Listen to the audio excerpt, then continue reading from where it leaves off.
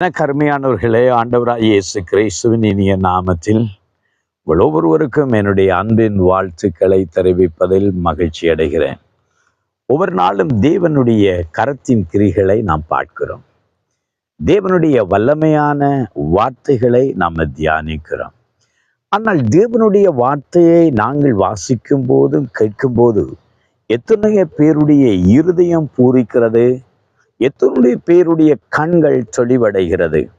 சில வேளைகளில் நாம் வேதத்தை ஒரு கதை புத்தகம் போல நம்ம படிக்கிறோமா, இல்லாவிட்டால் தேவனுடைய வார்த்தைகளை ஏதோ ஒரு கதை மாதிரி கேட்டுக்கொண்டு போகிறோமா?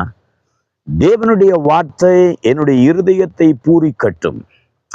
தேவனுடைய வார்த்தை உங்களுடைய கண்களை திறக்கட்டும். சங்கீதக்காரனாகிய தேவனுடைய மனிதன் சொல்கிறான், தேவனே, உம்முடைய வேதத்தை நான் ஆராய்ந்து பார்க்கும்போது, உம்முடைய வேதத்தை நான் தியானிக்கும் போது நான் மகிழ்ச்சியாயிருந்தேன் என்று சொல்கிறார். இன்றைக்கு தேவனுடைய வார்த்தையை கேட்கும் போதும், நீங்கள் வாசிக்கும் போதும், அதை தியானிக்கும் போது அது உங்களுக்கு மகிழ்ச்சியை கொடுக்கிறதா? தேவனுடைய ஜனமே, இன்றைக்கு அநேகருடைய வாழ்க்கையில தேவனுடைய வார்த்தையை அறிய முடியாதபடிக்கு சாத்தானானவன் அவருடைய மனக்கண்களை குருடாக்கி வைத்திருக்கிறான். பிசாசு அநேகருடைய மனக்கண்களை குருடாக்கி வைத்திருக்கிறான்.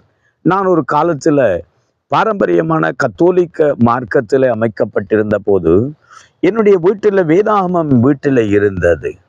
ஒவ்வொரு நாளும் இந்த வேதத்தை நான் வாசித்தது உண்டுதான்.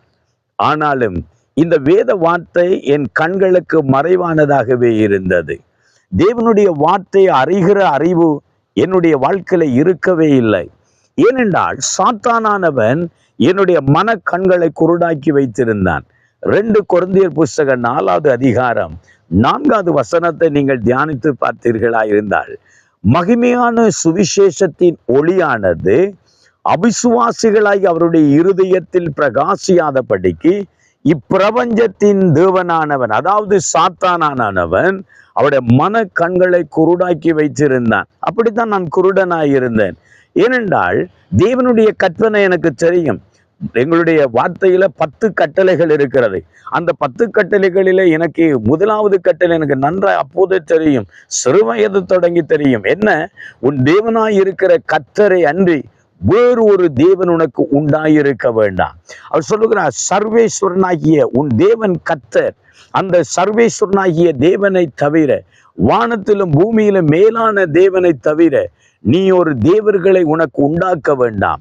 நீ அவைகளை சேவிக்க வேண்டாம், அவைகளை நமஸ்கரிக்க வேண்டாம் என்று சொல்கிறார்.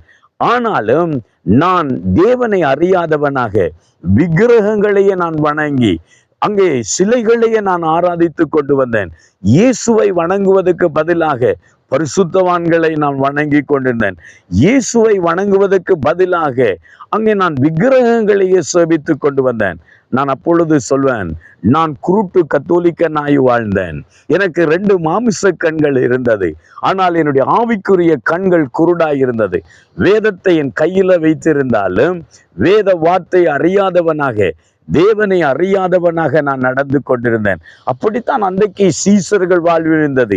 இயேசு அவர்களோடு தான் நடந்து சென்றார். அங்கே அவர் பல மைல் தூரம், கிட்டத்தட்ட 7-8 மைல் தூரம் அவர் நடந்து போகிறார். ஆனால் தேவன் தான், இயேசுதான் அவர்களோடு நடந்து வருகிறார். இயேசுதான் தன்னோடு பேசி வருகிறார் என்பதை அன்றைக்கு அறியாதபடிக்கு சீசருடைய கண்களும் குருடாய் இருந்தது. நீங்கள் வாசித்து பாருங்கள். அங்கே லூக்காவின் புஸ்தகம் 24வது அதிகாரம் 16வது வசனம் சொல்லுகிறது, அவரை அறியாதபடிக்கு அவர்களுடைய கண்கள் அங்கே மறைக்கப்பட்டிருந்தது. அவருடைய கண்கள் மறைக்கப்பட்டிருந்தது. இன்றைக்கும் தேவன் எங்களோடு கூட இடைப்படுகிறார். தேவனுடைய வார்த்தை எங்களோடு கூட இடைப்படுகிறது. ஆனால் எங்களுடைய கண்கள் திறக்கப்படுகிறதா? அதனால்தான் இயேசு அவருடைய கண்களை திறந்தார். இன்னைக்கு நம்முடைய இருதய மனக்கண்கள் திறக்கப்பட வேண்டும். ஆகவேதான் நாங்களும் ஜெபிக்க வேண்டும். வேதத்தை எடுத்த உடனே நாம் சொல்லணும், ஆண்டவரே, உம்முடைய வார்த்தையை அறிந்து கொள்ளத்தக்கதாய், உம்முடைய வசனத்தை கண்டுகொள்ளத்தக்கதாய் என் கண்களை திறந்தள்ளும் ஆண்டவரே என்று சொல்லி கேளுங்கள். ஆண்டவரிடத்தில் அவருடைய வல்லமை அறிந்து கொள்ளத்தக்கதாய், ஆண்டவரே, என் கண்களை திறந்தள்ளும் என்று கேளுங்கள். அவருடைய சத்தத்தை கேட்க என் காதுகளை திறந்தள்ளும் என்று கேளுங்கள். ஆகவே நான் இன்றைக்கு கர்த்தர் உங்களுடைய உங்களுடைய கண்களை திறப்பாராக, உங்கள் இருதயங்களை திறப்பாராக. நான் உங்களுக்காக ஜெபிக்கட்டுமா? சிலவேளை இன்னும் தேவனை அறியாதவளா, தேவ வார்த்தையின் ஆழத்தை அறியாதவளா இருந்தால் இன்றைக்கு கர்த்தர் உங்களுடைய கண்களையும் திறக்கட்டும்.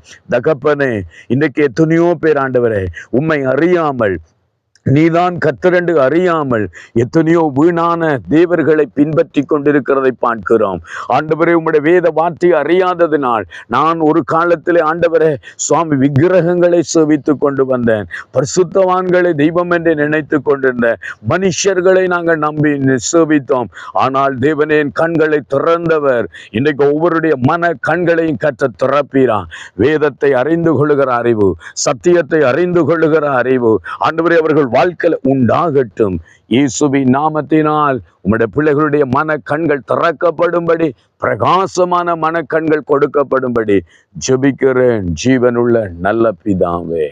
ஆமேன், ஆமேன், ஆமெருமையானவர்கள். உங்கள் கண்களையும் தேவன் திறப்பாராக. கர்த்தர் உங்களை ஆசீர்வதிக்கட்டும். ஆமேன்.